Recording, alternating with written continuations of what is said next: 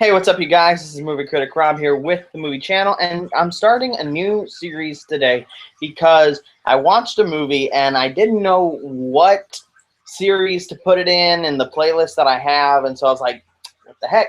Let's just start a new series called I Had Never Seen That, because this is a movie I had never seen. I wanted to go see it in the theaters, but didn't really get around to it, and then then yesterday, I got the opportunity to get the digital copy, just the digital copy from a friend of mine, and I got it and finally sat down and watched it. I am, of course, talking about the Alex Proyas film. I believe it was by Alex Proyas, Gods of Egypt. Now, a lot of people have seen it. I heard a lot of reviews on it because it was one that looked really good. I mean, the poster that I posted with this thing, with this video, looks really good, and a lot of people were kind of excited about it, but at the same time, they're like, I smell a bum, I smell a bum, I smell a bum.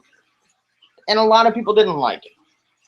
So I now get to see it after that whole first reaction kind of hit, and after the DVD's been out for a while. And I got to see it for the first time, which I think is kind of good because it gives me fresh eyes now that the whole thing's kind of died down to analyze the film just on its own merits. If I were honest, it's an okay movie. It's not great. It doesn't really add anything to anything, but it's not a bad film. And here's what I mean. A bad film for me has to do something really, really bad. Either go against expectations, but do it in such a horrendous way that I can't help but call it bad, or if it just, something's off. This movie, to me, felt like Clash of the Titans, but set in Egypt, and I have no problem with that. I like Clash of the Titans, but I think I have the same opinion of Clash of the Titans that I do of Gods of Egypt. I actually think Clash of the Titans is a little better, and so is Wrath of the Titans, than this, but they're comparable in that they're the same kind of movie dealing with some mythology, in this case with Gods of Egypt, the mythology of ancient Egypt, and you have a singular hero who is on this quest, and you get to see all of these things in the mythology because he's going on this quest dealing with this thing, and that's pretty much the setup. Now, of course, in this movie, we're set up by, I believe it's Horus, who is becoming king, and you get to see his coronation. By the way, I will be talking a little bit of spoilers because these are old movies, and they're movies who by now have been on Blu-ray, so I will be talking a little bit of spoilers, but at the same time, not that much. I'm going to try and balance it out a little bit, and this is the first movie, or the first review in this series, so I'm going to just kind of play it by ear and get a feel for it, but I'm going to try not to spoil too much in case you haven't seen it. So we're in the coronation of Horus, who is going to be the new king. I believe it's Horus again. I'm not sure. The new king, who's going to be the new king of Egypt. The gods are really cool looking because they're like 9 feet tall, and everybody's regular human size. So it kind of lends itself to fun visuals because the gods are like these hulking things walking around, and the humans are this like tiny little things compared to the gods. So you get the coronation, and of course, stuff happens that wasn't supposed to happen, and the bad guy comes in, played by Gerard Butler. I can't remember his name. Yeah. But the god who was going to be crowned gets banished, and then through some things has to go on a quest with this human, and that's your story. That's your setup, and it's really.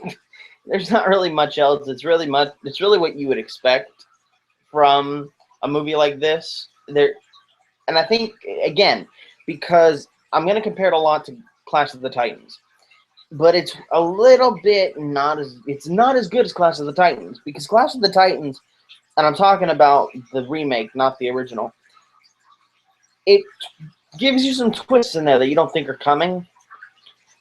And I like that about it. With this movie, there is no twist. There really is no twist. And it's pretty much what you see is what you get. And I'm okay with that. It's a subpar movie. Yes, absolutely.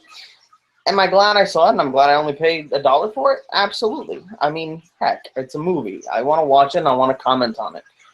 But it really doesn't add anything to anything.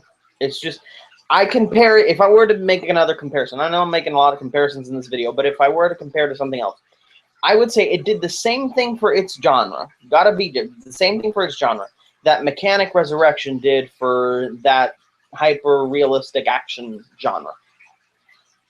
And you know what I thought about that movie. However, one thing that I think Gods of Egypt has over Mechanic Resurrection is that it's more realistic. And I know, yeah, you're talking about gods and mythology and all this stuff, but it's more realistic in its common sense. It has common sense, which I'm thankful when movies have a little bit of common sense, because it doesn't take me out of the movie when a character does something and I'm like, no, no, no. As you know, I felt when I watched Mechanic Resurrection.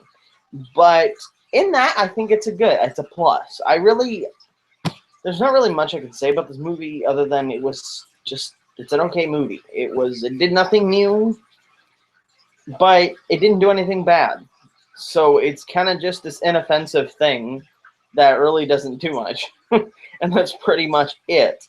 That's really all I have to say about it, because all the characters were fine. I really liked the characters that I thought stood out, besides Brenton Thwaites, who plays the human character, were Gerard Butler. He's a scene chewer. Come on. And Elektra from Netflix's Daredevil, not Jennifer Gardner.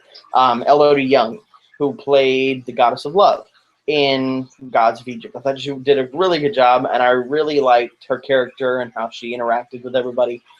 She was really the standout of the movie. And you get Jeffrey Rush in there, which I thought Jeffrey Rush's character was actually pretty cool. I really liked his scenes that he was in. He was a short part of the movie, but it was fun, and I liked it. And he had some of the better moments because, again, veteran actor, give him the best moments of your movie.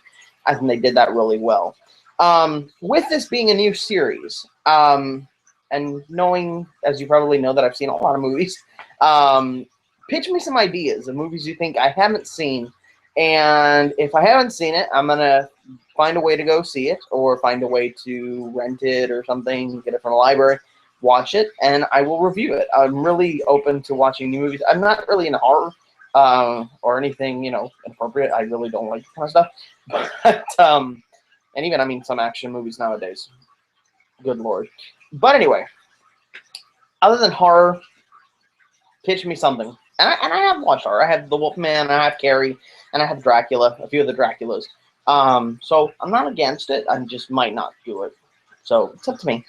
But I'm really wanting to just use this as an opportunity to watch some new movies that I hadn't seen before. And I'm going to leave y'all to that in order to give me some ideas and give me some things to chew on and comment on. So this has been Movie Critic Rob with the Movie Channel, and as always now, I am signing off.